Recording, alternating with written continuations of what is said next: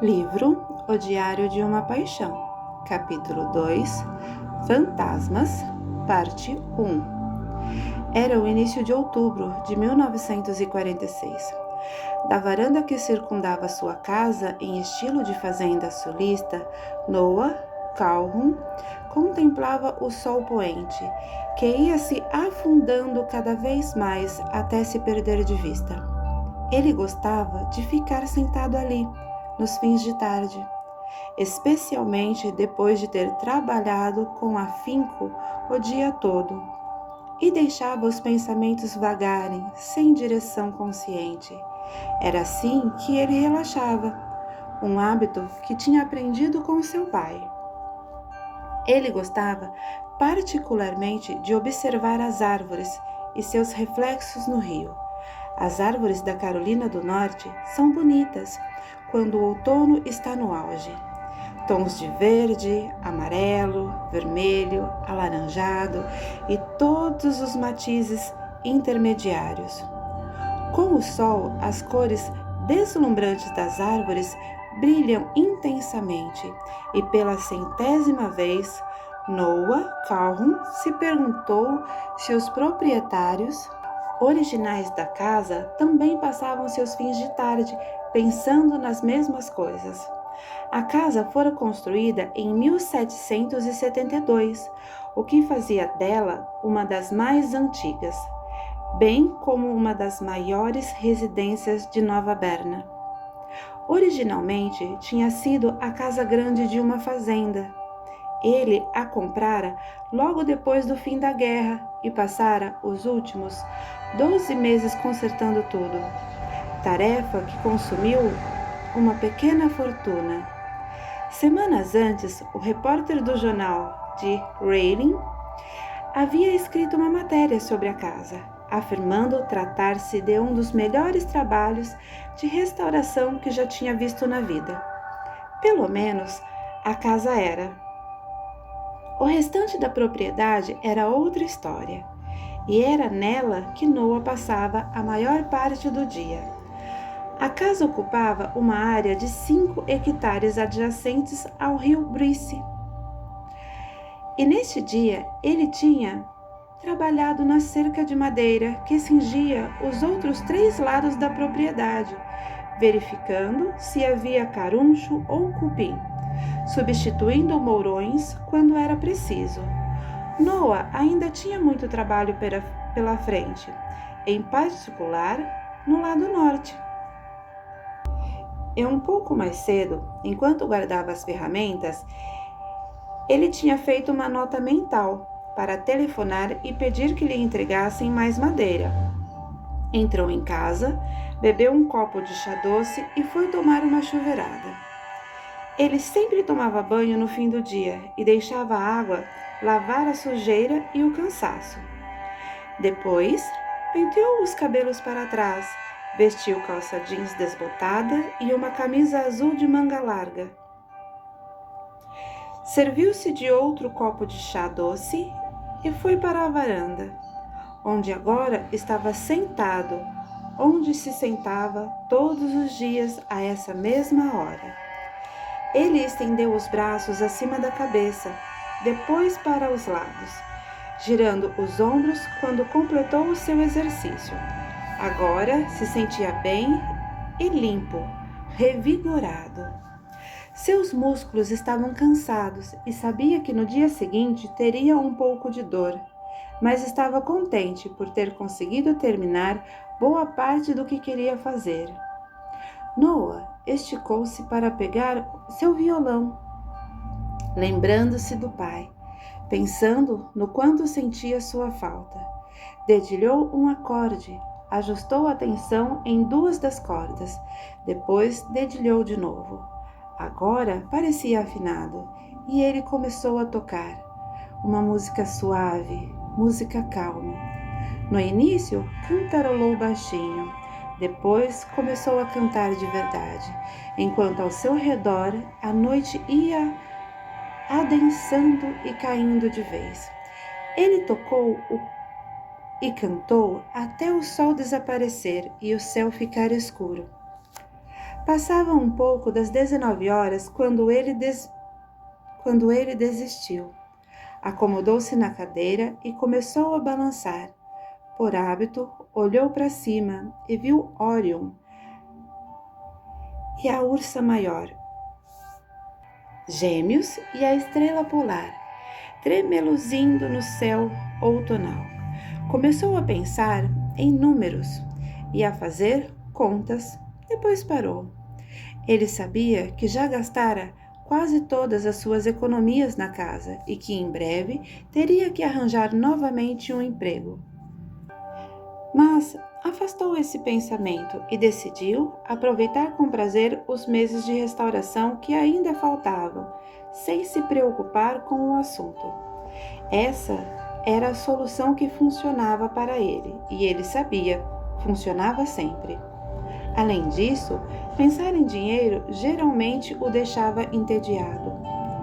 Desde menino, ele aprendera a desfrutar as coisas simples, coisas que não podiam ser compradas, e tinha grande dificuldade de entender as pessoas que pensavam de outra maneira. Era outro traço herdado do pai. Clem, a sua cadela de caça, aproximou-se e afagou com o focinho sua mão, antes de deitar-se aos seus pés. "Oi, menina, como vai?" ele perguntou, dando-lhe carinhosas palmadinhas na cabeça. E ela ganiu baixinho, erguendo-se para o dono, seus olhos redondos, curiosos. Ela perdera uma das patas em um acidente de carro, mas ainda conseguia andar muito bem e fazia companhia a Noah, em noites calmas como a de hoje. Ele estava com 31 anos agora. Não era velho demais, mas velho bastante para se sentir só. Desde que regressara, ainda não tinha saído com ninguém. Não tinha encontrado ninguém que lhe interessasse, nem de leve. A culpa era somente sua, ele sabia. Havia algo que mantinha uma distância entre ele e qualquer mulher que começasse a se aproximar. Algo que ele não sabia ao certo se era capaz de mudar, por mais que tentasse. E, às vezes, no momento que aconteciam a chegada do sono, perguntava se estaria destinado a ficar sozinho para sempre. O crepúsculo passou e a noite continuou quente, agradável. Noah ouvia o criquilar dos grilos e o farfalhar das folhas, pensando que o som da natureza era mais real e suscitava mais emoções do que coisas como carros e aviões. As coisas da natureza davam mais do que tiravam, e os sons sempre o traziam de volta para aquilo que o homem deveria ser. Durante a guerra, havia ocasiões, especialmente depois de uma batalha mais feroz, em que ele muitas vezes se punha a pensar nesses sons simples. "É isso que não vai me deixar enlouquecer", disse seu pai no dia em que ele embarcara. "É a música de Deus e é isso que vai trazer você de volta para casa." Ele terminou seu chá, entrou, pegou um livro, saiu de novo e acendeu a luz da varanda. Depois de se sentar outra vez, olhou para o livro. Estava velho, com a capa rasgada e as páginas manchadas de lama e água. Era um exemplar de Folhas de Relva, de Walt Whitman, que ele carregara consigo, de um lado para o outro, durante toda a guerra.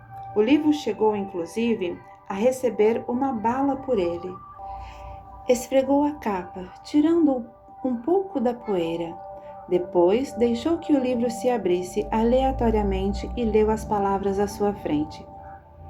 "Esta é a tua hora, ó alma, do teu livre voo para lá das palavras, para além dos livros, da arte, apagado o dia, concluída a lição. Quando tu emerges plenamente, silenciosa, olhar fixo, meditando sobre os temas que mais amas, a noite, o sono, a morte e as estrelas."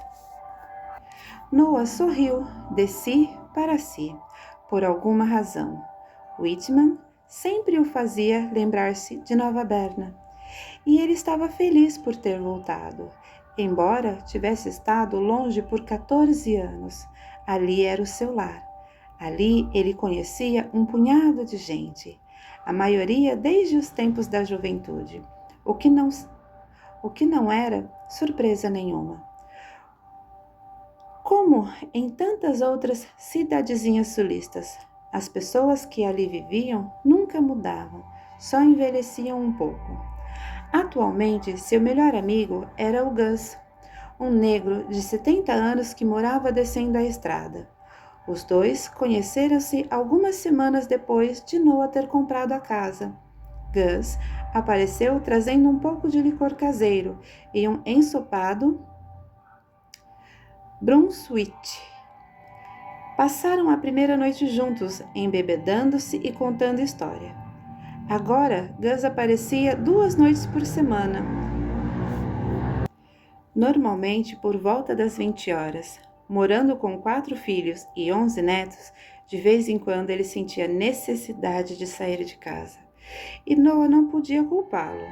Normalmente Gus trazia a gaita, e depois de conversarem um pouco, os dois tocavam juntos algumas canções. Às vezes ficavam tocando por horas a fio. No fim das contas, Noah já considerava Gus como uma pessoa da sua própria família. Na verdade, não havia mais ninguém, pelo menos não desde que seu pai tinha falecido, 1 ano antes. Ele era filho único e a mãe havia morrido de gripe quando ele tinha apenas 2 anos. E embora, em certo momento, ele até tenha tido vontade, nunca se casara. Entretanto, tinha se apaixonado uma única vez, muito tempo atrás. Isso o mudara para sempre. O amor perfeito traz isso com as pessoas, e aquele tinha sido perfeito.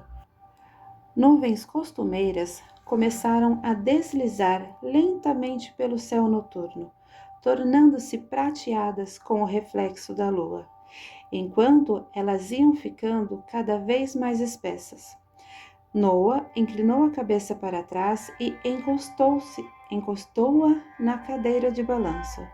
As pernas se mexiam automaticamente, mantendo um ritmo constante. E como acontecia quase todas as noites, sentiu o pensamento devanear e recuar no tempo até uma noite igualmente quente, há 14 anos. Foi logo depois da formatura do ensino médio, da turma de 1932, na noite de abertura do festival do Rio Neuses. A cidade inteirinha tinha saído às ruas, divertindo-se com um churrasco e jogos de azar. Era uma noite úmida, por algum motivo ele se lembrava claramente disso. Noah chegou sozinho e quando passeava entre a multidão procurando os amigos, viu Finn e Sarah, 2 pessoas com quem tinha crescido, conversando com uma garota que ele nunca tinha visto antes.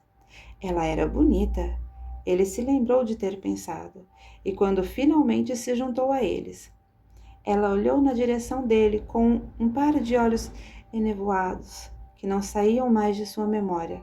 Oi? Ela disse simplesmente, estendendo a mão. O Finn me falou muito sobre você. Um começo comum, algo que teria sido esquecido se fosse qualquer outra pessoa que não ela.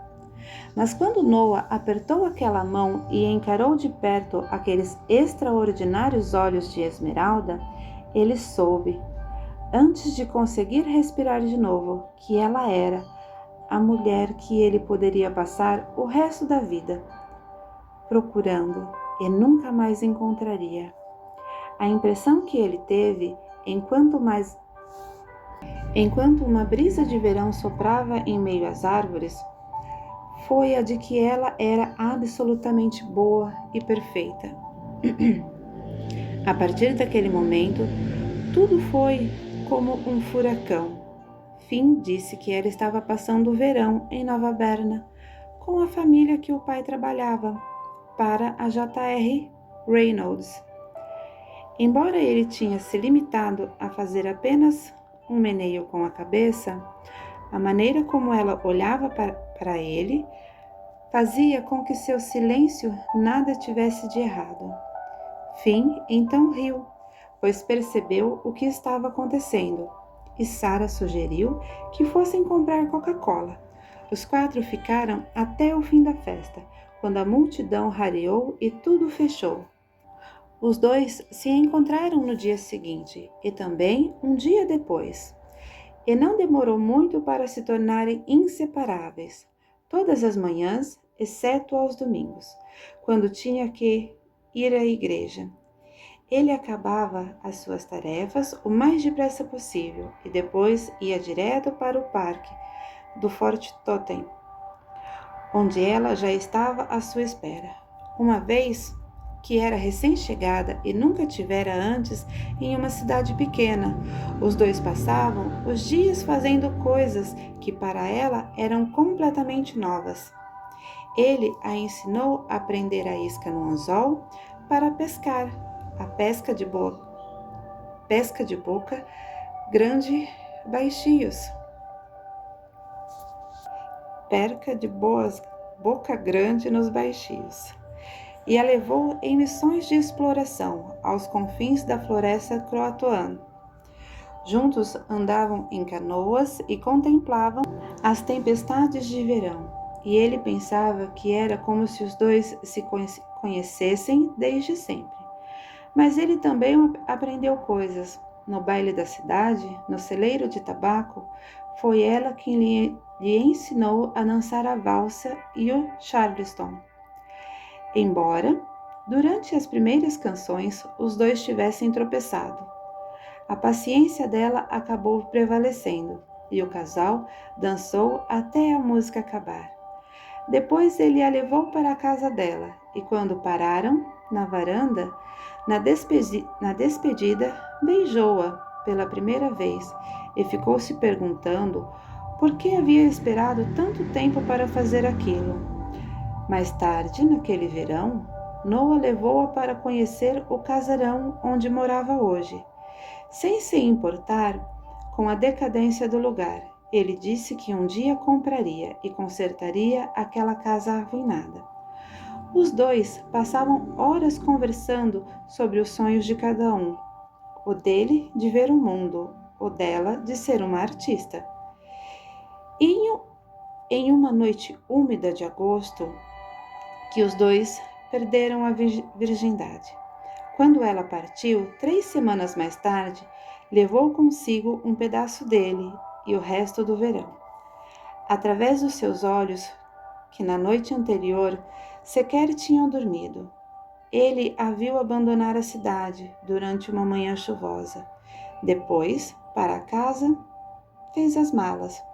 Passou a semana seguinte sozinho, na ilha de Harkers.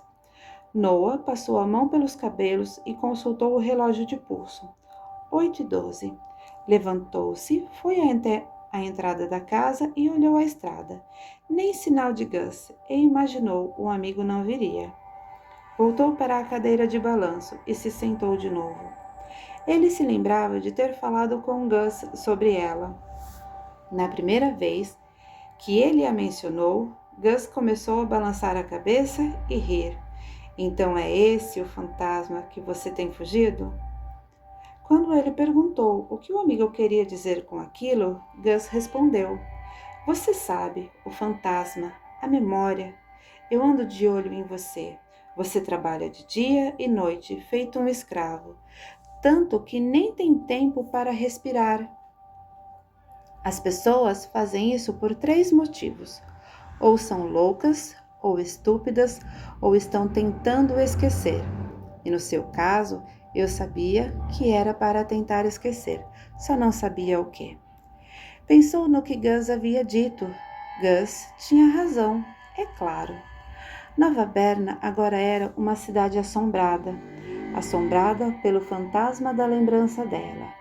Ele a via no parque do Forte Totem, o lugar deles.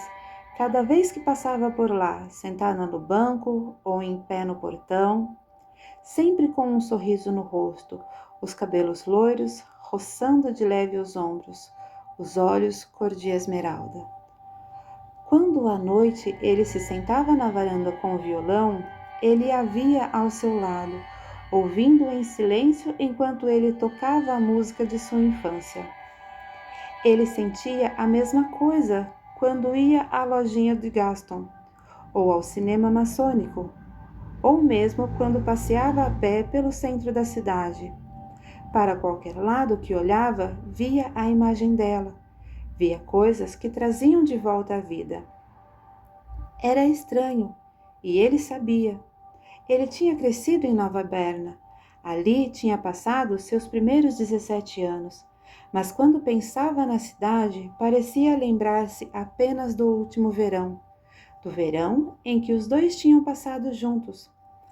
Outras lembranças eram meros fragmentos, pedaços espalhados aqui e ali, e quase nenhum evocava qualquer tipo de sentimento. Uma noite, Noah tinha contado a história a Gus, que não apenas entendera tudo, como fora o primeiro a explicar-lhe o porquê. O amigo disse simplesmente: "O meu pai me contava que a primeira vez que a pessoa se apaixona, muda a vida dela para sempre. E por mais que se tente, o sentimento nunca desaparece. Essa garota de quem você falou foi o seu primeiro amor, e não importa o que faça, ela vai ficar com você para sempre."